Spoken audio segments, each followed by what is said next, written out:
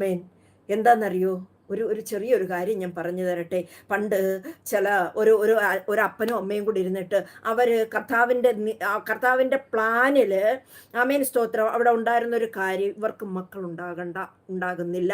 അവരെ മക്കളില്ലാതെ ഭാര്യയും ഭർത്താവുമായിട്ട് ഈ ലോകത്ത് നിന്ന് മാറ്റപ്പെടുത്തുക എന്നുള്ളത് കർത്താവിൻ്റെ പദ്ധതിയായിരുന്നു. വേദപുസ്തകത്തിനകത്തുള്ള കാര്യമല്ലേ ഞാൻ പറയുന്നത്. പുറത്തുനിന്ന് ഞാനൊരു ഉദാഹരണം, ഒരു ഉപമ പറയുകയാണ്. അവിടെ അവർക്ക് മക്കളെ കൊടുക്കുന്നില്ല എന്ന് കർത്താവ് ചിന്തിച്ചിരുന്നപ്പോൾ ഇവർ ഭയങ്കര നിലവിളി നിലവിളി നിലവിളി, മച്ചിന്ന് കേൾക്കാൻ വയ്യ, എനിക്ക് മക്കൾ വേണം, മക്കൾ വേണം, ഞങ്ങൾക്ക് മക്കൾ വേണം. സമൂഹത്തിന്റെ കുറ്റപ്പെടുത്തലുകൾ കേൾക്കാൻ വയ്യ, കേൾക്കാൻ വയ്യ. അപ്പൊ പിതാവിന്റെ ഹിതം അറിയാതെ അവർ അങ്ങ് പ്രാർത്ഥിക്കുകയാണ്. അവസാനം ഇവരുടെ കണ്ണുനീര് കണ്ട്, ഇവർ ഭക്ഷണം വെടിഞ്ഞ് ഉപവാസം കണ്ട് അങ്ങേയറ്റം ദൈവത്തോട് ചേർന്ന് അങ്ങ് നിലവിളിക്കുന്ന കണ്ടപ്പോഴത്തേന്, ആമേൻ സ്തോത്രം, ദൈവം ഇവർക്കൊരു പുത്രനെ നൽകി. സ്തോത്രം, ഹല്ലേലൂയ, ആമേൻ. പുത്രനെ നൽകിയിട്ട്, ഹല്ലേലൂയ സ്തോത്രം, കുഞ്ഞിന്റെ ഓരോ ചുവടുവയ്പ്പും ഓരോ വളർച്ചയും, ആമേൻ സ്തോത്രം, ഇവര് ദൈവത്തെ സ്തുതിച്ച് ഇവനെയും ദൈവത്തിന്റെ നാമത്തിൽ വളർത്തിക്കൊണ്ടുവന്നേയിരുന്നു. ഹല്ലേലൂയ സ്തോത്രം. അവിടുന്ന് കുറച്ച് നാളുകൾ മുന്നോട്ട് പോയി.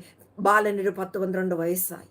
10-12 വയസ്സായി കഴിഞ്ഞപ്പോൾ അവൻ ശിശുവാണ്. അവൻ സ്വയമേ തീരുമാനമെടുക്കാനുള്ള ശേഷി അവനായിട്ടില്ല. ആ സമയത്ത് എന്താ ചെയ്തതെന്നറിയോ? ഇവനെ ഇങ്ങനെ ഇവരുടെ വീട്ടിൽ ഇവരിങ്ങനെ ഇരിക്കുമ്പോൾ അവിടെ ഒരു ഗസ്റ്റ് വരികയാണ്. ഒരു ഗസ്റ്റ് വന്നിട്ട്, ഈ ഗസ്റ്റ് വന്നു, അവിടെ നല്ല രീതിയിൽ അവരെ ഇരുന്നു, ഭക്ഷണമൊക്കെ കൊടുത്തു. അപ്പം കുറച്ച് നല്ലപോലെ മഴ പെയ്യുന്നു. അപ്പം മഴ പെയ്തപ്പോൾ ഇവരുടെ വീട്ടിൻ്റെ അവിടുന്ന് മെയിൻ റോഡിലോട്ട് ഇറങ്ങാൻ വൈകുന്നേര സമയമായി, സന്ധ്യ സമയമായി, ടോർച്ചും കൊടുത്ത് മകനെ കൂടെ വിട്ടു, ഇദ്ദേഹത്തെ അങ്ങ് റോഡിലോട്ട് ഇറക്കി വിടാൻ വേണ്ടിയിട്ട്. ആ പോകുന്ന വഴിയിൽ ഒരു പാലമുണ്ട്. വെള്ളം നല്ല കുത്തൊഴുക്കിൽ ഒഴുകിക്കൊണ്ടിരിക്കുക. ഈ മനുഷ്യൻ എന്താ ചെയ്തെന്നറിയോ? ഈ കൊച്ചിനെ തള്ളി ഈ കലുങ്കിനകത്തേക്ക് അങ്ങിട്ടു, വെള്ളത്തിനകത്തേ ഇട്ടിട്ട്. അപ്പം നമ്മൾ വിചാരിക്കുകയെ, ഇവൻ വന്ന് ഈ വീട്ടിൽ വന്ന് ഭക്ഷണവും കഴിച്ച് എല്ലാം ചെയ്തൊക്കെ ഇരുന്നിട്ട് അവരോട് എന്ത് നന്ദികേടായി കാണിക്കുന്നത് എന്ന് നമ്മൾ ചിന്തിക്കും. അപ്പോൾ ഇത് കുഞ്ഞിനെ കാണാഞ്ഞിട്ട് ഇവരും പിന്നെ ഈ അപ്പനും അമ്മയും കൂടെ തിരക്കി വന്നു, അങ്ങേയറ്റം തിരക്കി വരികയാണ്. തിരക്കി വന്നു കഴിഞ്ഞപ്പോൾ കാണാം, ഒന്നും അറിയുന്നില്ല. രാത്രിയായി. പിറ്റേന്ന് കാണാം ഈ കുഞ്ഞിൻ്റെ ശവം കിട്ടുന്നു. ഹല്ലേലൂയ. കുഞ്ഞ് 12 വയസ്സ് ആകുന്നതേ ഉള്ളൂ, 12 വയസ്സ് കഴിഞ്ഞിട്ടില്ല. ഹല്ലേലൂയ. അപ്പോൾ അങ്ങനെ ഇരിക്കുന്ന സമയത്ത് അപ്പോൾ ഈ കുട്ടിയെ കൊണ്ടുവന്ന് ഇവർ അടക്കമെല്ലാം കഴിഞ്ഞിട്ട് ഇവർ കർത്താവിനോട്, ഹല്ലേലൂയ സ്തോത്രം, കർത്താവിനോട് നിലവിളിക്കുകയാണ്. കർത്താവേ, നീ ഞങ്ങൾക്ക് തരാതിരുന്ന കുഞ്ഞിനെ ഞങ്ങൾക്ക് തന്നു കഴിഞ്ഞിട്ട് അതിനെ തൃപ്തിയായിട്ടൊന്ന് വളർത്തുവാൻ വേണ്ടിയിട്ട് നീ ഞങ്ങളെ അനുവദിച്ചില്ല. നീ എന്തു ദുഷ്ടരായ ദൈവമാണ്, നീ എന്തിനാത് ഞങ്ങളുടെ ഇന്ന് തിരിച്ചെടുത്തത്? നമ്മളാണേലും ഒക്കെ പറഞ്ഞു പോവും. അത്രയും ആഗ്രഹിച്ച് മുട്ടി വർഷങ്ങളോളം പ്രാർത്ഥിച്ചിരുന്നിട്ട് അവസാനം നമ്മുടെ കൈകളിലേക്ക് ഒരു കുഞ്ഞിനെ കൊണ്ട് തന്ന് ആ കുഞ്ഞിനെ ഓമനിച്ചങ്ങോട്ട് വളർത്തിക്കൊണ്ട് വന്നപ്പോൾ ആ കുഞ്ഞിനെ ദൈവം അങ്ങ് തിരിച്ചെടുക്കുക. അപ്പം നമ്മളും ചോദിക്കുന്നൊരു കാര്യം, എന്തിന് ദൈവം ഇത്രയ്ക്ക് ക്രൂരനാണോ? നമ്മളോടൊരു ദയയില്ലാത്ത ദൈവമാണോ? ഇവരും ചോദിച്ചു.